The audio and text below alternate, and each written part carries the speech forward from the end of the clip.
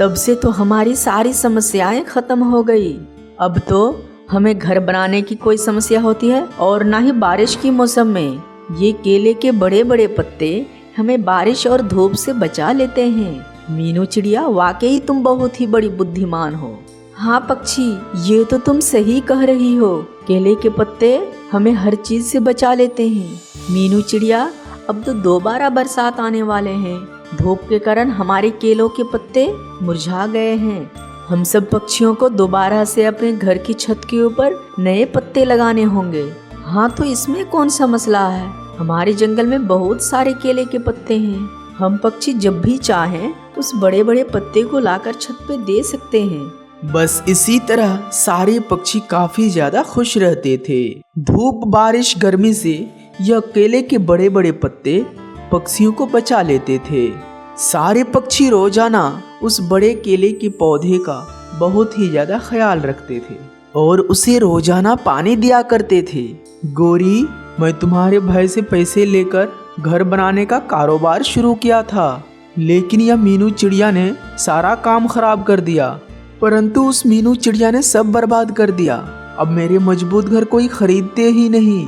खरीदना तो बहुत दूर की बात है, अब तो मेरे घर खरीदने के लिए लोग सोचते भी नहीं, क्योंकि उस मीनू चिड़िया की उपाय ने सब पक्षियों की जिंदगी को आसान कर दिया है।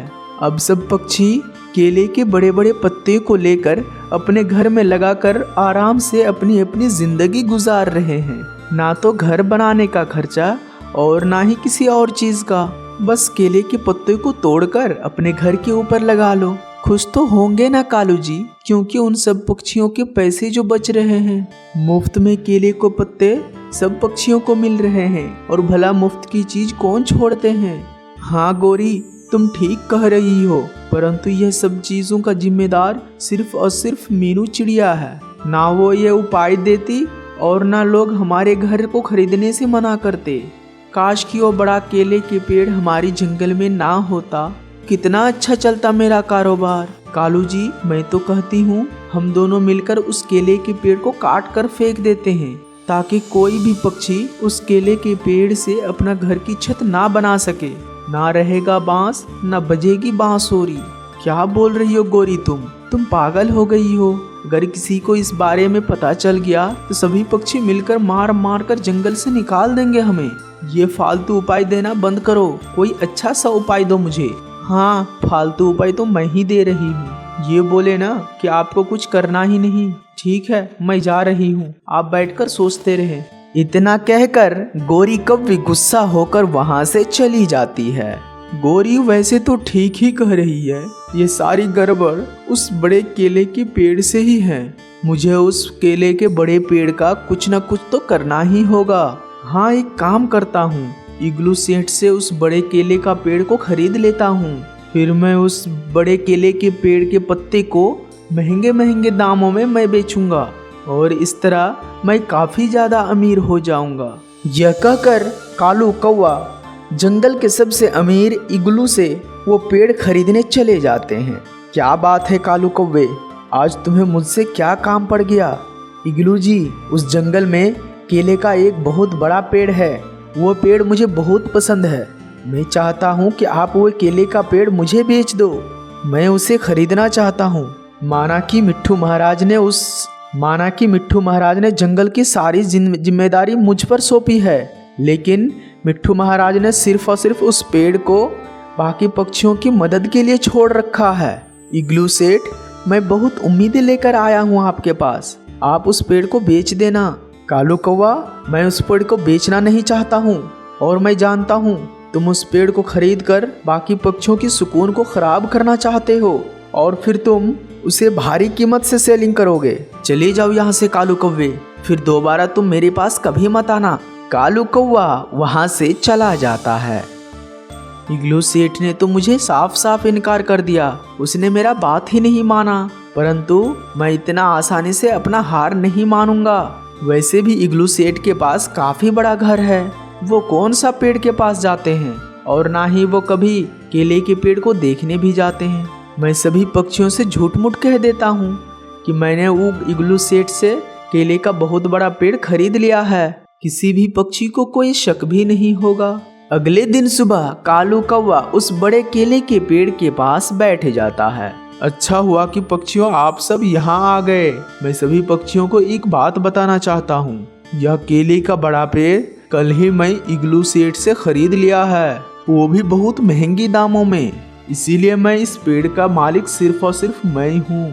क्या ऐसा नहीं हो सकता है कालू कौवा? यह पेड़ बेचने वाला नहीं था, फिर इग्लू सेठ ने ये पेड़ बेच कैसे दिया? मीनू चिड़िया, मैंने उल्लू सेठ को बहुत सारे पैसे दिए, इसीलिए उन्होंने यह पेड़ बेच दिया। इसीलिए यह पेड़ अब सिर्फ मेरा है। अब इन पेड़ों में से अब ना ही तुम सब पक्षियाँ केले तोड़ सकते हो और ना ही पत्तियाँ। अब मैंने सोच लिया है, इन पेड़ों से बड़े बड़े पत्ते अब मैं तुम सब पक्षियों को बेचूंगा। क्या हम सब गरीब पक्षी ये केले के बड़े बड़े पेड़ तुमसे बार बार कैसे खरीदेंगे कालू कौवा? जैसे भी खरीदो पक्षी, वो मेरा मसला नहीं। मैं तो बस एक पत्ते का 15 रुपए लूंगा। ये तो बहुत महंगा है कालू कौवा। केले का पत्ता सिर्फ 1 हफ्ता जाता है और फिर वो सूख जाता है। हमें केले की पत्ते की बार बार जरूरत पड़ती है। कालू कौवा, हर हफ्ता हम तुमसे ये केले का पत्ता नए नए कैसे खरीदेंगे? मीनू चिड़िया, यह पेड़ मेरा है, मेरी मर्जी। मैं इस पत्ते को कैसे भी बेचूं। बस कालू कौवा, तुम हम सब पक्षियों को लूटते ही रहना। तुम हमारे बारे में कभी अच्छा मत सोचना। तोते, आजकल तुम्हारी जबान बहुत ज्यादा चल रही है। जाओ, तुम्हें एक पत्ते का 20 रुपए लूंगा। यही तुम्हारी सजा है। कालू कौवा, हम सब पक्षी तुम्हारे केले के पत्ते नहीं खरीदेंगे। ऐसे ही बैठे रहो पूरे दिन। ऐसा कहकर सारी पक्षी वहाँ से चले जाते हैं। अगले ही दिन अचानक बारिश शुरू हो जाती है। सारी पक्षियों के छत केले का पत्ता खराब हो चुके थे और लोग पक्षियाँ बारिश से भीग रहे थे। मम्मा, मुझे इस बारिश के पानी से बचा लो, नहीं तो मैं भीग भीग कर मर जाऊंगा। बीमार भी पड़ सकता हूँ। मैं क्या कर सकता हूँ? मेरे पास तो इतने पैसे भी नहीं और केले के पत्ते खरीदने के अलावा और मेरे पास कोई चारा भी नहीं है। तभी मीनू चिड़िया केले के पत्ते खरीदने के लिए कालू कौवा के पास चले जाते हैं। वहाँ पहले से ही बहुत सारी पक्षियाँ केले के पत्ते लेने के लिए खड़े हुए थे। मीनू चिड़िया, मैं यहाँ केले के पत्ते मजबूरन खरीदने आया हूँ। मेरे पास इसके अलावा कोई हल नहीं। तुम ठीक कह रहे हो तोते, इसके अलावा हमारे पास कोई हल भी नहीं। कालू कौवा ने हमें मजबूर कर दिया है केले के पत्ते खरीदने से। फिर सारी पक्षी कालू कौवा से केले के पत्ते खरीद कर वहाँ से चले जाते हैं। तोते, तुमसे 20 रुपए लूंगा मैं, वरना तुम्हें केले का पत्ता नहीं दूंगा। 15 रुपए में ही दे दो कालू कौवा। मैं तो कोई अमीर पक्षी नहीं हूँ कि मैं तुम्हें 20 रुपए दे दूँ। हाँ, तो तुम जा सकते हो तोते, मैं 15 रुपए में केले के पत्ते तुम्हें नहीं दूंगा। ठीक है कालू कौवा, ये लो 20 रुपए, पर याद रखना हम सब पक्षियों की सताने की तुम्हें सजा जरूर मिलेगा। यह कहकर तोता 20 रुपए में केले का पत्ता खरीद कर वहाँ से अपना घर चला जाता है।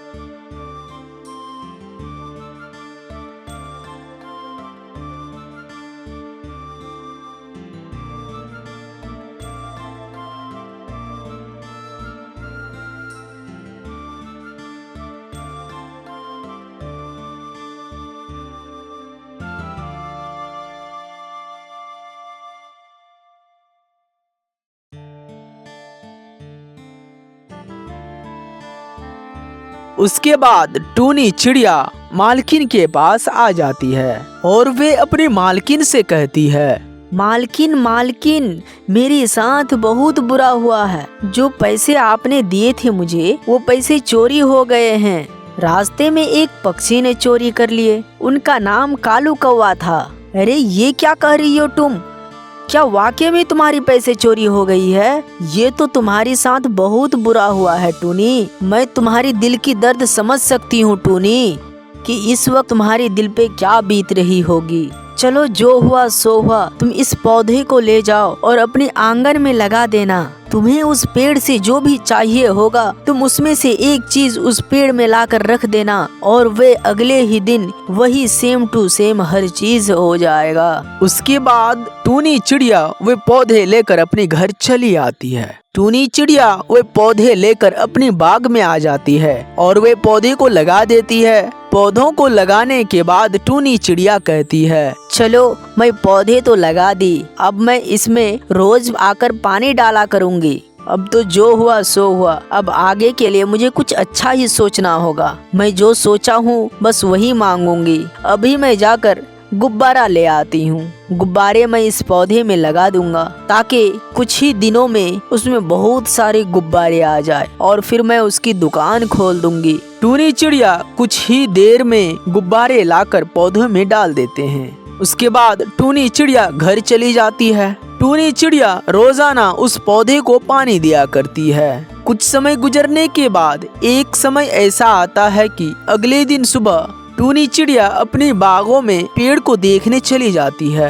वह जाकर देखती है पेड़ में बहुत सारे गुब्बारे होते हैं। टूनी चिड़िया गुब्बारे को लेकर गांव-गांव बेचा करती है। एक दिन वे पेड़ टूनी चिड़िया से कहती है, टूनी तुम मुझे रोज आकर पानी दिया करो, फिर मैं रंग बिरंगे गुब्बारे निकालूंगा और तुम उसे ले जाकर गांव-गांव बेचने लगना, उसमें बहुत मुनाफा होंगे। टूनी चिड़िया रोज आकर पानी दिया करती थी। उसके बाद टूनी चिड़िया की जिंदगी बहुत आसानी से गुजरने लगती है और उसकी सारी समस्या खत्म हो जाती है। एक दिन उस पेड़ के बारे में कालू कौवा को पता चल जाता है। अरे मैंने जिस पक्षी से पैसे को चुराया था, उस पक्षी ने फिर गुब्बारे के पेड़ से अमीर हो गई। अब तो मुझे ये सारे गुब्बारे चुराने होंगे, वरना टूनी चिड़िया हमसे भी अमीर हो जाएगी। रात होते ही कालू कौवा गुब्बारे चोरी करने के लिए आ जाते हैं। जैसे ही कालू कौवा गुब्बारे को हाथ लगाता है, कालू कौवा को गुब्बारे उल्टा लटकाकर ऊपर की तरफ जाने लगते हैं। इसी तरह कालू कौवा को अपने किए का सजा मिल जाता है। दोस्तों, यह वीडियो आपको कैसी लगी? हमारे चैनल को सब्सक्राइब कर बेल के आइकन को प्रेस करें। धन्यवाद।